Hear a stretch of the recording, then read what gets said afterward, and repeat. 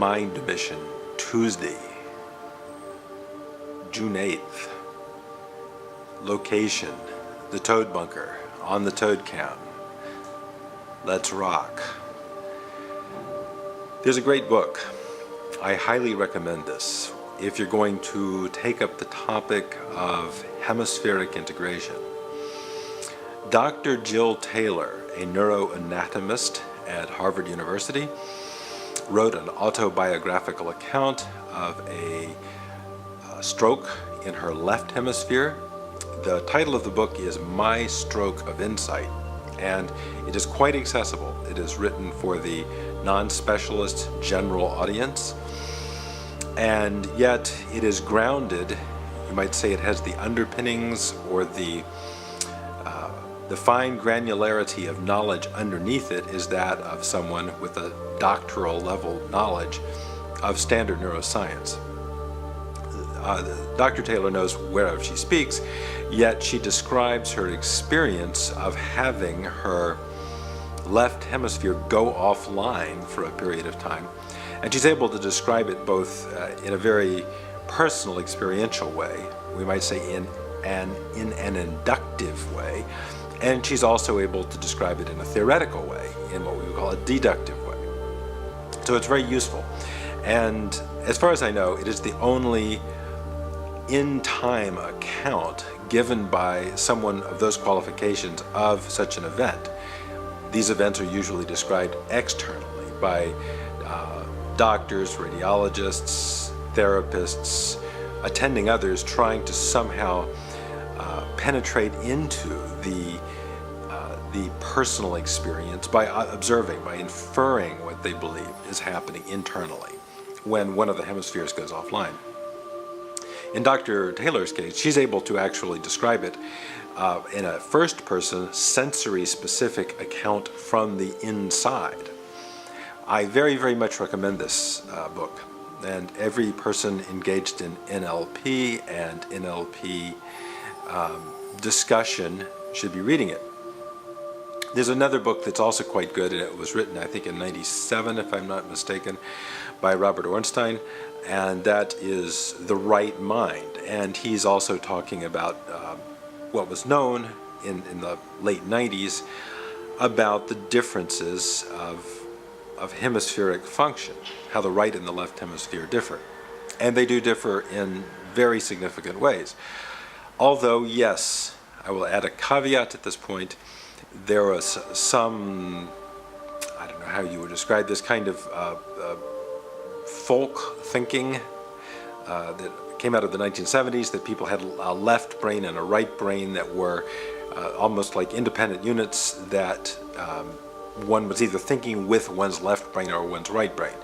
Now we know that's not the case. Both hemispheres are active all the time, although the hemispheres have very different functions. So there has been this sort of, I would say, kind of a counter-reformation, this school of thinking. I hesitate to call it a school of thought, but it's a particular kind of superstition that's also arisen within NLP and probably other areas of discourse that say that there's no real difference between I'm not sure what they're saying, if there's no difference between the right and left hemisphere, or the idea that hemispheric lateralization's been totally overturned and neuroscience knows that, and yet these people, these soi-disant experts who talk about this stuff, don't seem to be able to articulate what is known and what are the specified differences between right and left hemisphere function. Suffice it to say, there are quite significant differences. And they do very different things. They do very different things as far as ordering experience. So probably the best place to begin a gathering of valuable understanding, and an understanding that we can actually make use of and give ourselves a more complete conceptual basis for discussing what's happening, is starting with Jill Taylor or Ornstein or both. I read both of those books in probably 2 days for the both of them. I'm a very fast reader, but it's worth knowing.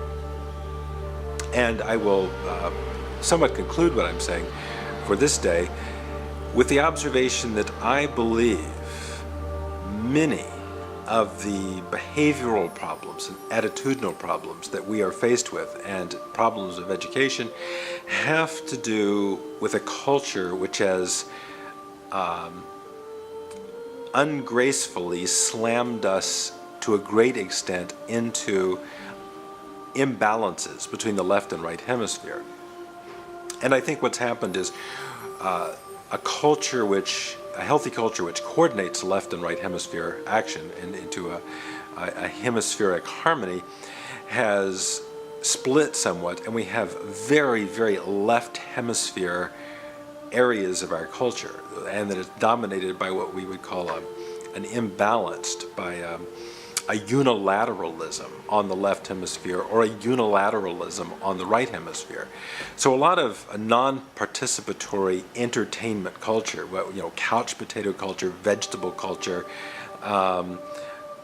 stare out in a glazed, stoned, expressionless fog at the screen culture, sort of entertainment or consumption culture seems to be kind of an unfocused, degraded right brain type of experience, and this very factoid, data stream, obsessed with emails, electronic gadget, internet culture in many ways, seems to have many of the aspects of a unilateral, unbalanced left brain mentality, a left brain culture. Either of those, I believe, is self-limiting and probably in many ways self-destructive. And highly successful people who stand out as transcending a lot of those limiting factors and those disordering factors in culture, will be people who have found a way to create a very highly attuned, harmonious, knit, unified flow of information and interaction, a very balanced form of left and right brain culture in their minds, and left and right brain function in their minds. So yes, unilateralism is a problem. It's a major problem. Or imbalanced lateralizing of the thinking without the necessary interactions between the hemispheres. So hemispheric coordination and hemispheric thought and hemispheric deficiencies, I believe, and deeply into the process of NLP, should be something we're very concerned with, and something we are articulate about, and something that we have remedies for, because these are some of the primary, what we would call the signature disruptions of our age. I think have to do with the way we engage our hemispheres and the relation between our hemispheres. More on that later.